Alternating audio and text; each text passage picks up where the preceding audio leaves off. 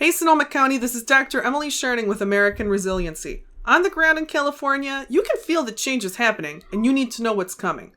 There are both challenges and opportunities ahead, and those are what we're going to explore together in this 2050 climate forecast for Sonoma County.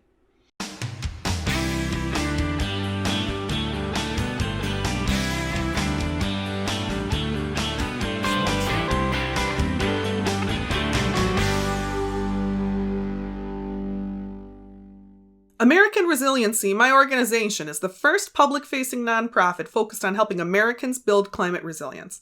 I'm a science education specialist with extensive published academic research. What I care about is helping you get access to the science your tax dollars have already paid for.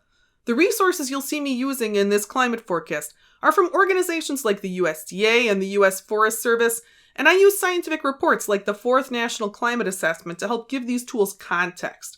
These are all high consensus resources, which means that lots of scientists overwhelmingly agree the evidence supports these climate models.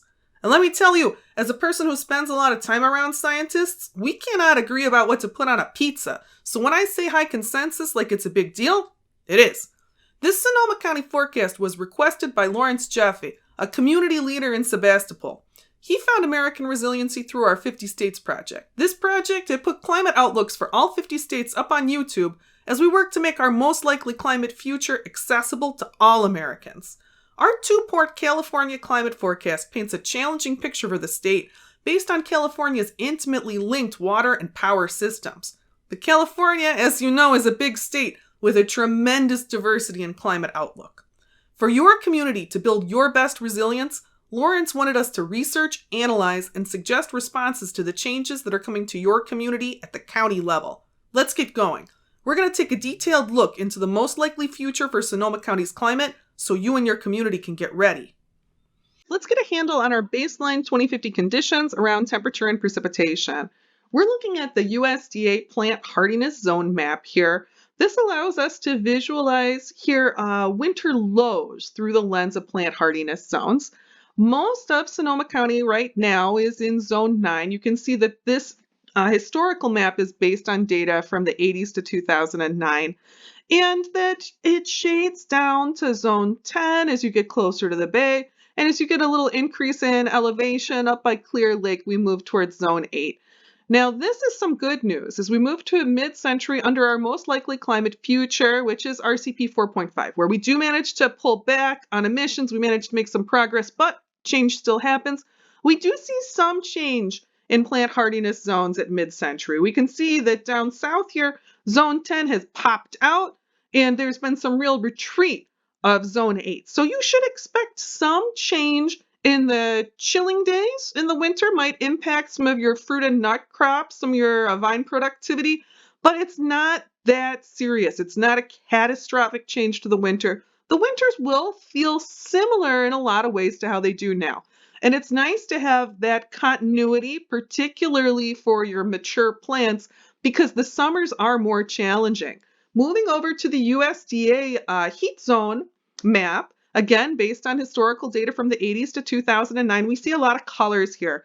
These colors represent how many days the area gets over 86 in the summer. So a lot of our area here is pretty cool, where maybe 4 or 5 weeks over 86 in Petaluma, maybe 6-7 weeks as you get up into this part of Santa Rosa here, and a thick area that is pretty blanketed by fog, and that coastal effect makes a really cool summer. This is where we're going to see some changes even under our most likely, really not too catastrophic climate future for mid-century. There's a huge retreat of that summer cool by the coast, and we see heat kind of blasting out of the Central Valley through this passage, bringing a lot more warmth to your area. Going backward and forward, contemporary, future, we can see up to a doubling of summer heat up in this northern part of the county, and that a substantial area down here will be going from maybe 2 weeks to maybe 5 weeks. That's pretty significant. And I want to zoom in here so you can see this area around Santa Rosa. This area, especially here to the south, includes many communities that are going to be experiencing particularly high summer change. So Sebastopol here, this was looking at maybe 45 days over 86 in the historical data. Now we're looking at more like 90. When you think about the impact that's going to have on water needs, this is some crucial information to keep in mind as we now look towards projections around precipitation. We can see here in the NOAA state climate summaries that there is a little bit of a projected increase in precipitation in winter in your part of California. However, we notice it's not crosshatched like we see over here. That means the increase isn't statistically significant. It should be a small increase compared to the natural variation of the area. But you know that water security is crucial for our resilience as we move into a warmer, drier future. So any edge you can hold here, this is an opportunity when you look at even any opportunity for increased winter precipitation. Unfortunately, you can see that in spring there will be an offset. There is some expected drop in spring's precipitation. And it's not like you were getting a lot of it in the summer anyway, but we can see all along the West Coast substantial drops projected for summer precipitation. Pulling this together, we expect a dramatically hotter summer, but less dramatic changes in precipitation than many parts of California. However, you are likely to get closer to and maybe dip below 30 inches of precipitation a year.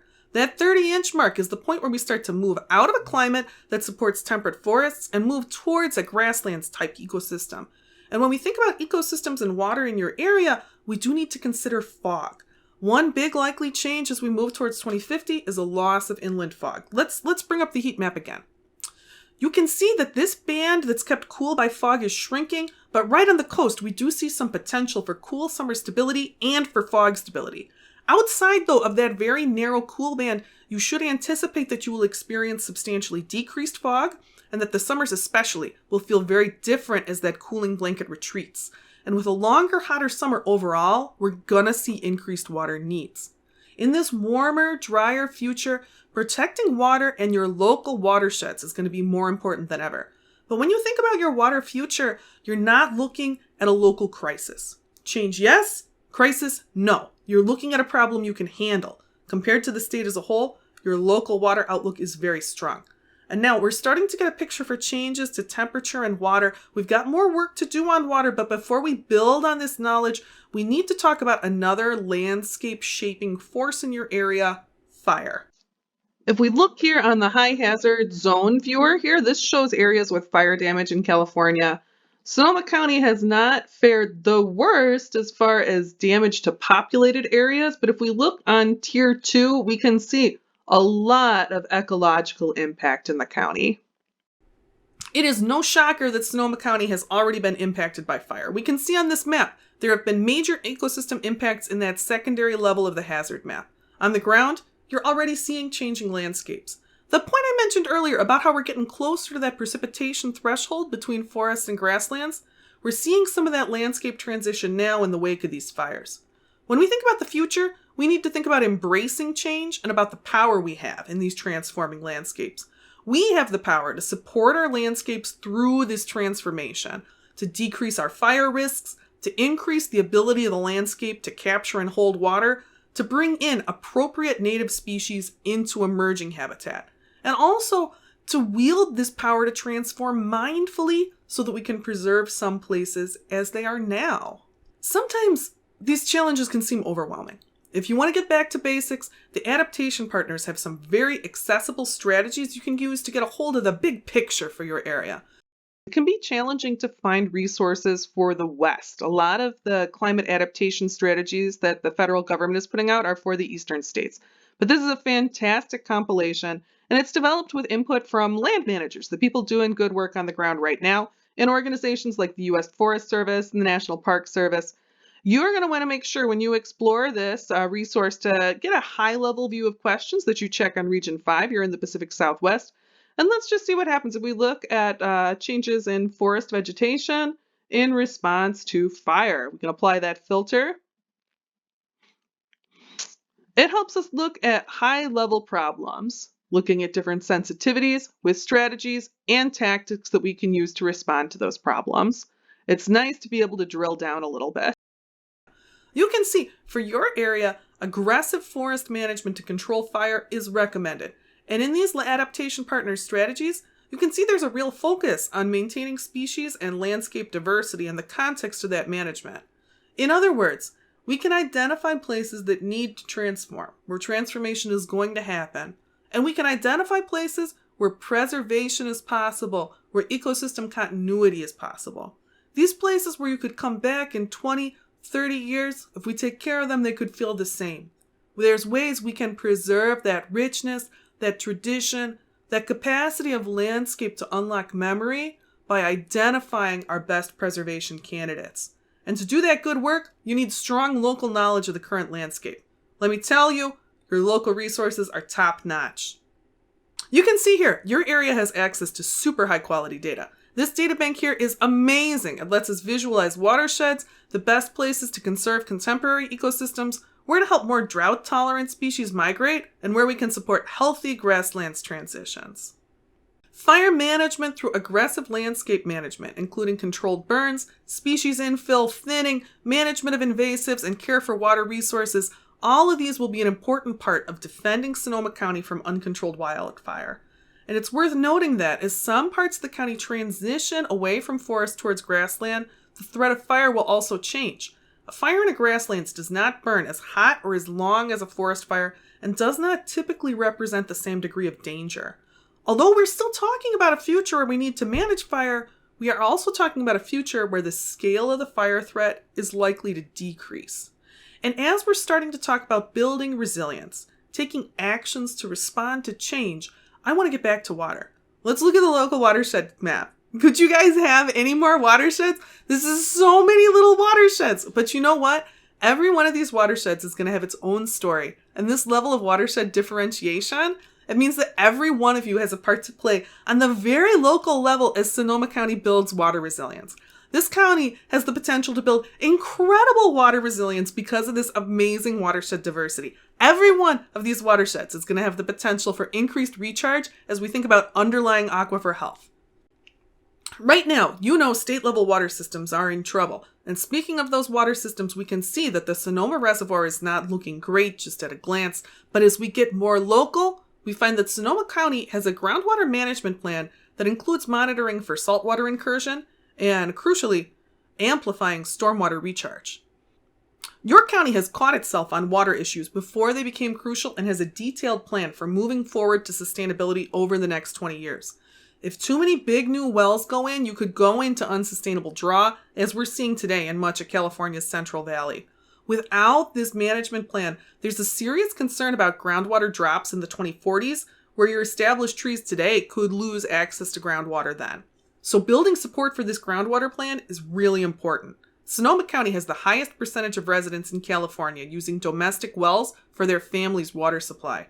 Stabilizing and protecting the local groundwater is super important for Sonoma County's homes and families. Focusing on recharge and sustainability is crucial for your future, to the future of the diverse ecosystems in your area, and to the profitability of your agricultural outlook. We'll get into that ag outlook soon. You've got some real potential, but let's build up our picture of the water outlook a little more first. I want to highlight that Sonoma's county-level groundwater management plan has an excellent degree of awareness around stormwater capture.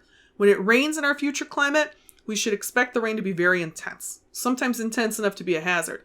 All of California should be aware that atmospheric rivers are forecast to be more frequent and more intense over the next 20 years, and that those atmospheric rivers will be moving much further south down the coast than they have historically.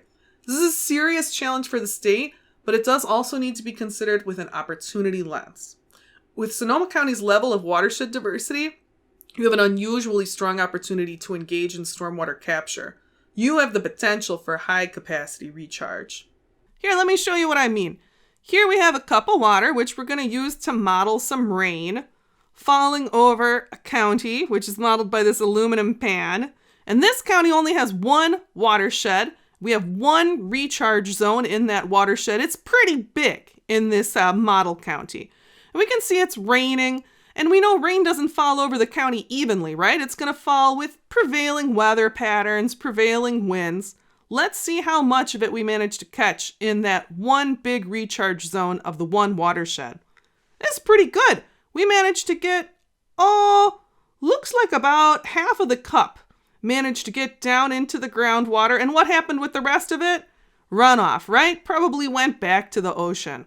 Let's see what happens if we change this model to look a little bit more like Sonoma County, which has lots of small watersheds, lots of little recharge zones. We're going to put the same amount of rain over this model, and we're going to use the same sort of pattern, the same sort of prevailing weather pattern where it's not falling over the county evenly.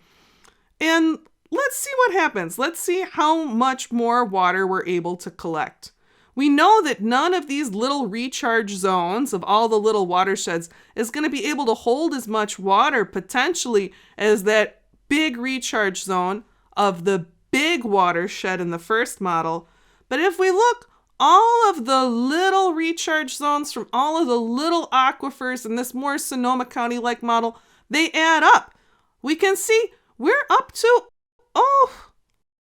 looks like it's gonna be about 80% of the water that fell over the multiple watersheds model is collected, only about 20% of it running off to the sea. That's what we're talking about with recharge potential. When we look back over the last 10 years or so of rainfall, we can see that already. Many of the normal looking years, what happened was you got 1 or 2 really big rains when an atmospheric river came in, rest of the year was pretty dry. We should anticipate that this trend is going to continue. When it rains, it'll really rain, and being prepared for storage and capture will be critical to optimize that opportunity.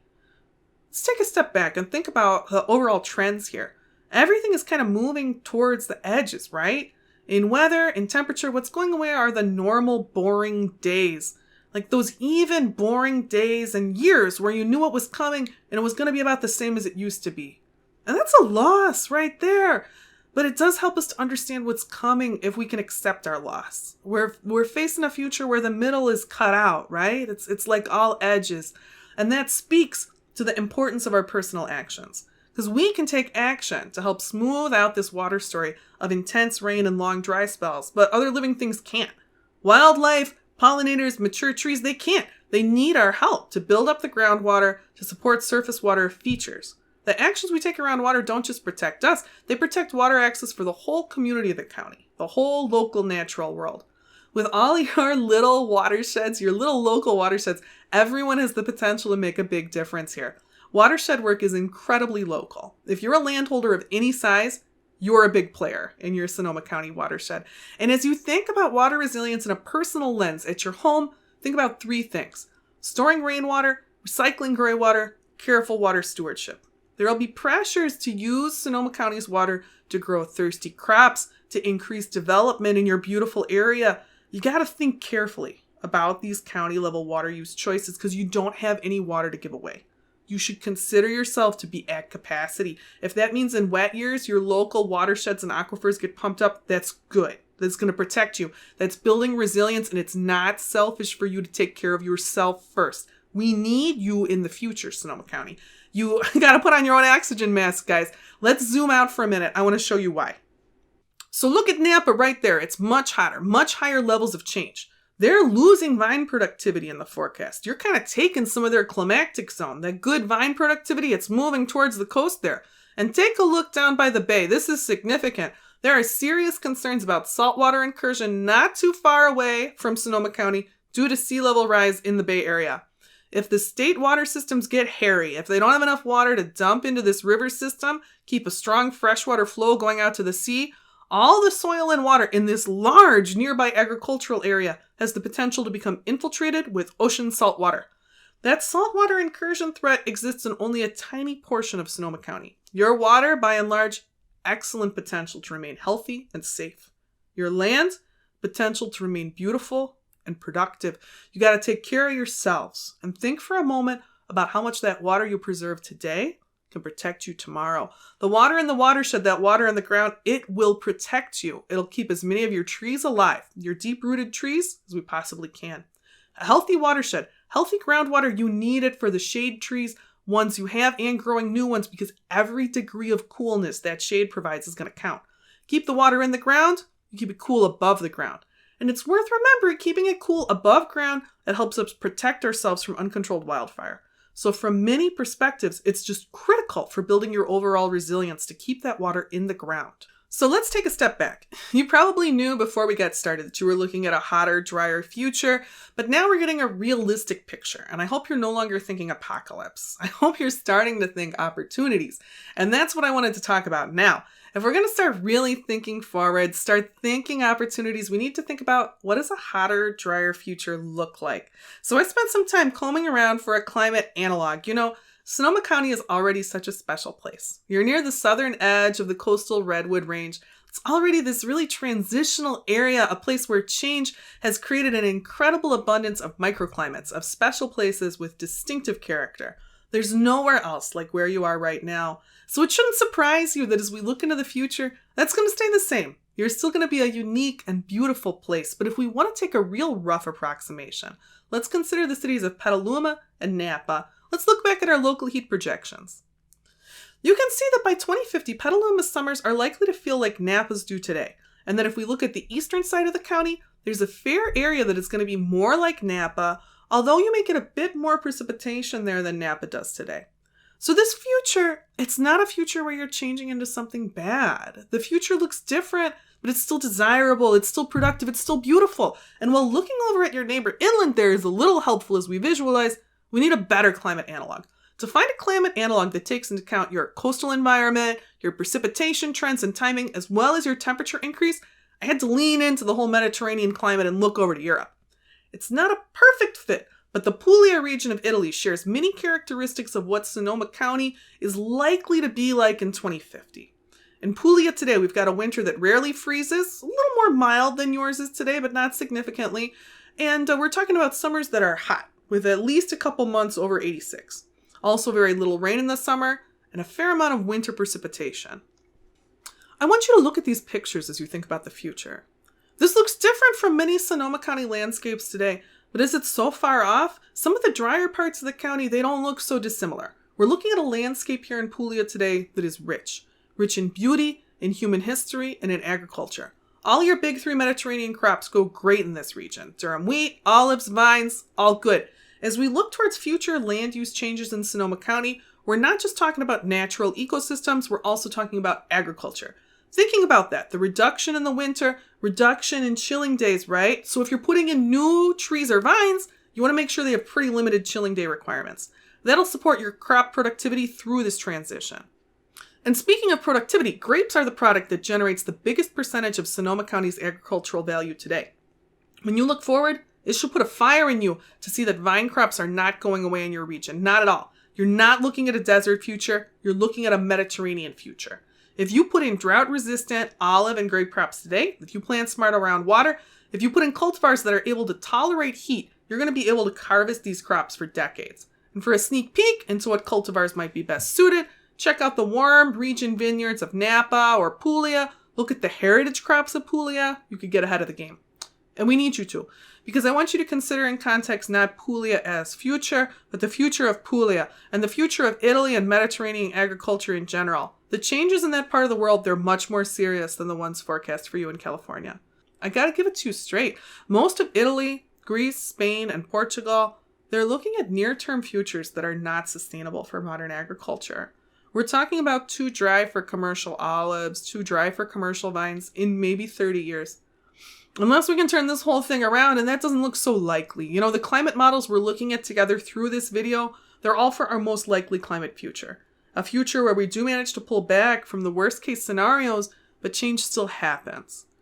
The potential, though, for crop continuity in your region, if you think hotter and drier, if you accept this most likely climate future and plan for it, your future crop continuity is outstanding.